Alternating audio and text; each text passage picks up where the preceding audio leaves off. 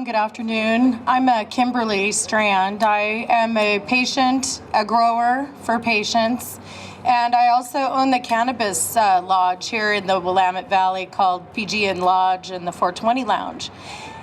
Thank you. I will say to you that over the years, we've been in Salem for 6 years with not one altercation, not one problem, never a DUI, not even a noise violation. Cannabis patients, our local cannabis patients have a garden, community garden, where our neighbors can come and take the food they need during the summer. We have coat drives and food drives. We've cleaned up the building that was abandoned for almost a year by the Eagles, and have made it a beautiful place for people to come and gather. And they want to say that the Clean Air Act, that you're not allowed to come and gather with your friends. And I will tell you that medical marijuana patients do not medicate in 10 minutes like a cigarette smoker does.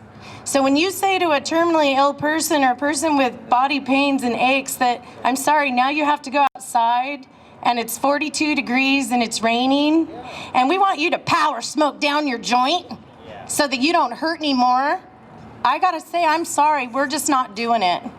I'm holding a daily open act of civil disobedience at PGN. Because honestly, we got an outdoor smoking area, and that's where the cigarette smokers go, and I say to them, don't let the door hit you on the way out.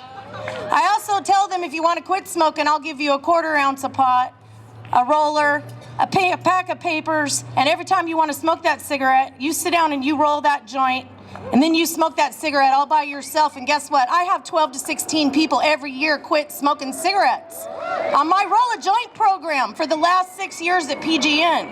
So when you say to me, I want you to go outside in the cold because we're worried about your secondhand smoke, I'm going to say we're not going to participate in that, because when you say we're going to go outside, they're not going to let you back in. Just know it. They're not going to let you back in once you give in. Don't give up.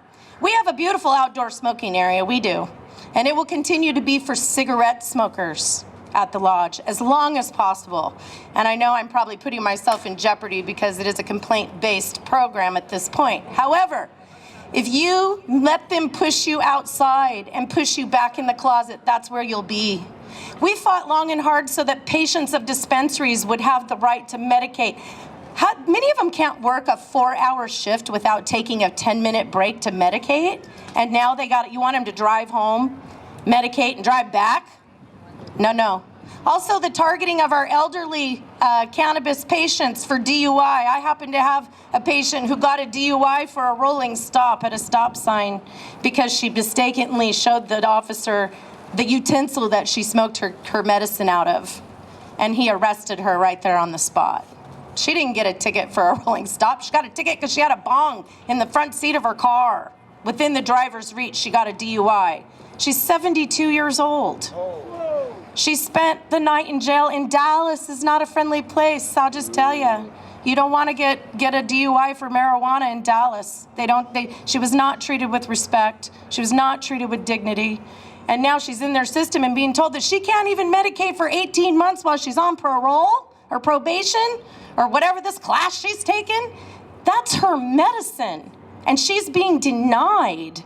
This is wrong on so many levels. When you want to talk about compassion and caring and helping people, they don't know. They really don't know. They don't have a clue. You have 12 people making the rules for 78,000 amazing people who need this medicine. And unfortunately, we can't get them here. They're sick. It's too cold for a lot of my patients to be outside. They couldn't stand here for these 2 hours, so bless you. I know many of you are in a lot of pain standing out there to listen to us beat it out there that we need your help. We're not going to be put back in the closet again. We're not going to be ashamed that we are cannabis patients.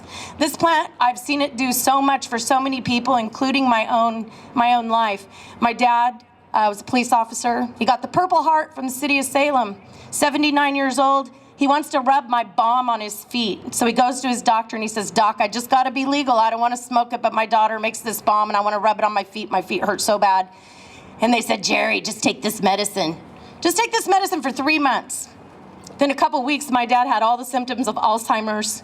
He went to Walmart, forgot where he was, and he wet his pants in Walmart, and I had to retrieve him.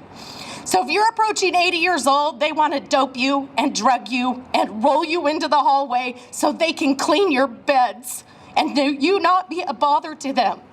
I got my dad off that medicine, and within a week, he had full cognitive. He now lives in Florida. He's 86, looking at girls in G-strings, okay?